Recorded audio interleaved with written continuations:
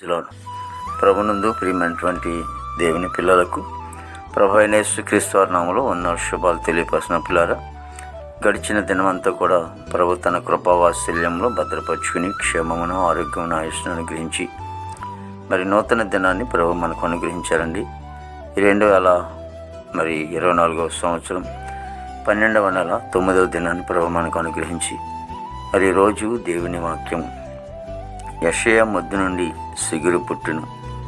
యెషయా గ్రంథము 11వ అధ్యాయము 1వ వచనమండి.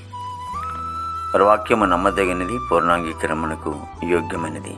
యేసుక్రీస్తు ప్రభువారు మరి ఆయన భూమి మీదకి రాకముందే మరి ఆయన ప్రవచించినటువంటి యెషయా భక్తుడి ద్వారా ప్రవచన వాక్యము మరి యెషయా మొద్దు నుండి సిగురు పుట్టును మరి అని వాగ్దానం మరి తెలియపరిచినట్లుగా మనం గమనిస్తూ ఉంటున్నాం.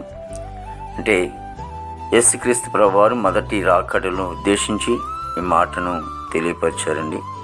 కాబట్టి ఆయన వస్తాడని మరి ముందుగానే ప్రవచనాలు పలికినటువంటి బాగా మనం చూస్తూ ఉంటాం.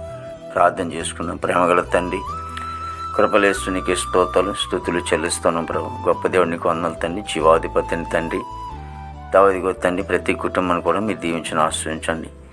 ప్రతి కుటుంబంలో ఉన్నటువంటి ప్రతి అవసరాలు కూడా తీర్చినాను. మా భారతదేశాన్ని మీరు ఆశ్రయించండి, దీవించండి. నాయకులు, అధికారులు మంచివంతనం తండ్రి, ప్రతి అవనస్తుని కూడా రక్షించుకోమని ప్రార్థిస్తామని కొందరు ఈ దేశంలో బిడ్డలందరూ కూడా మంచివంతనం పండి.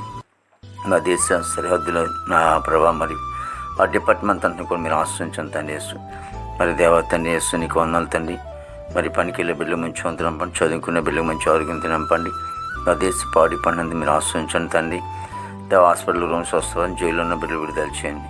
కోర్టు గోడలు, కేసు గోడలను కొట్టివేసి ఈ దినమంతా కూడా విశేషమైన కృపతో మమ్మల్ని నింపి నీ నామానికి మాత్రం మేము తెచ్చుకోండి. యేసుక్రీస్తు వారి దివ్యమైన నామములో ఇచ్చినాం తండ్రి. ఆమేన్, ఆమేన్, ఆమేన్.